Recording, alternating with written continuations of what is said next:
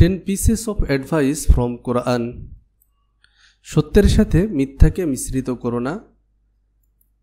Don't mix the truth with falsehood. বাক্যটাকে বিশ্লেষণ করলে দেখো, মিশ্রিত করো না এটা কোনো একটা নিষেধ করা হয়েছে। সাধারণত আদেশ, নিষেধ এগুলাকে ইম্পারেটিভ সেন্টেন্স বলা হয় এবং এগুলো ভার্ব দ্বারা শুরু হয়। তো নিষেধ করার কারণে ডোন্ট দ্বারা শুরু হয়েছে। মিশ্রিত করা এর ইংলিশ হচ্ছে মিক্স।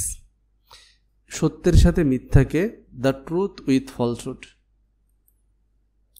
নিজে পালন করার পরই অন্যদের ন্যায়পরায়ণতার আদেশ দাও। Order righteousness to people only after practising it yourself. আদেশ দাও এটাও একটা আদেশমূলক বাক্য, যে কারণে ভার্ব দ্বারা শুরু হয়েছে অর্ডার। আদেশ দাও, কিসের আদেশ? ন্যায়পরায়ণতার, রাইট অনেস।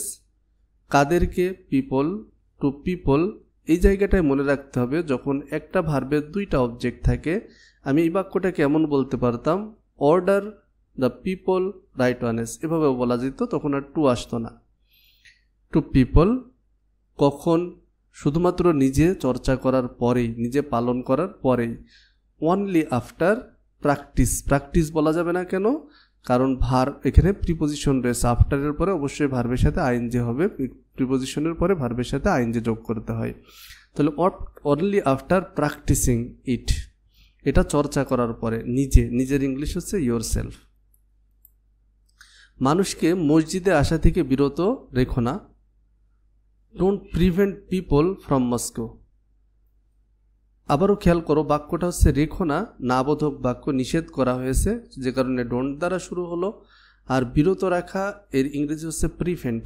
ডোন্ট প্রিভেন্ট, বিরত রেখো না। কাকে বিরত রাখবে না? মানুষকে, পিপল। আচ্ছা, কোথা থেকে? মসজিদ থেকে, ফ্রম মস্কো। কাউকে অন্ধভাবে অনুসরণ করো না, এটাও নিষেধমূলক বাক্য। Don't follow anyone blindly. অনুসরণ করো না, ডোন্ট ফলো কাউকে, এনিওয়ান, অন্ধভাবে, ব্লাইন্ডলি।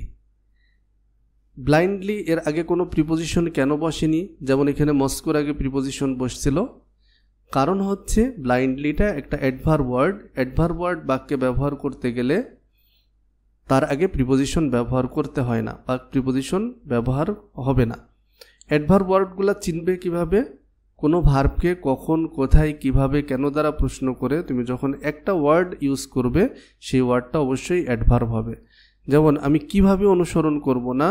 অন্ধভাবে। তাহলে এটা একটা অ্যাডভার্ব ওয়ার্ড। প্রতিশ্রুতি ভঙ্গ করো না, এটাও নিষেধমূলক বাক্য। Don't break the promise.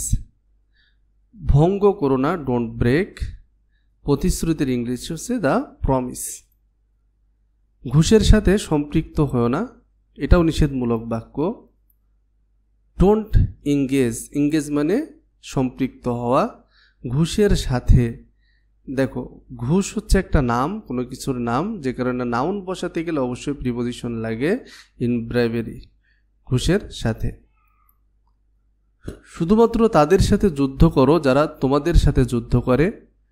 এখানে যুদ্ধ করো এটা হচ্ছে আদেশ, তাহলে আমরা বলতে পারি ফাইট, যুদ্ধ করো।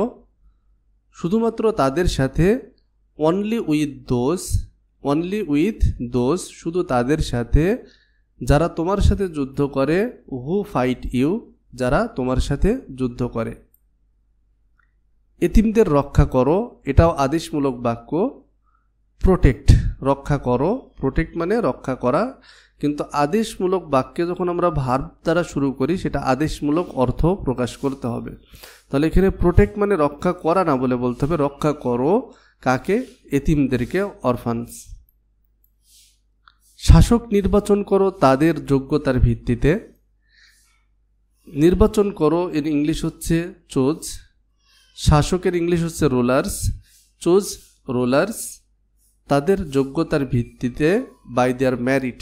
দেয়ার মেরিট মানে তাদের যোগ্যতা, আর এখানে ভিত্তিতে অর্থ দেওয়ার জন্য বাই ব্যবহার করা হয়েছে। Choose rulers by their merit.